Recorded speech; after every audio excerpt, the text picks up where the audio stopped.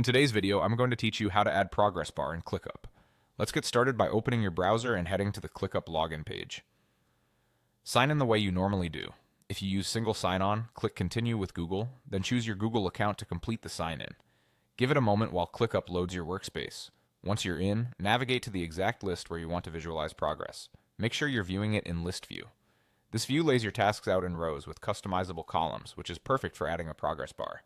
Look toward the top of your task table for the column header area and click Add Column. This opens the field library, where you can add different types of fields to your list. In the search bar that appears, type the word Progress to quickly filter the options. Select Progress, Auto. This option calculates completion for each task automatically, using signals like subtasks, checklists, and task status to fill the bar as work moves forward. It's a great set and forget choice if you want your team's progress to update without manual input. If your workflow requires you to control the percentage yourself, you can choose the manual progress option instead, but for this walkthrough, we'll stick with auto. Next, give the column a clear descriptive name. You can keep it simple with progress or add context like sprint progress or client deliverables progress so everyone knows exactly what it represents. Naming it well makes reporting and filtering much easier later on. When you're ready, click Create. Your new progress bar column will appear alongside your existing columns.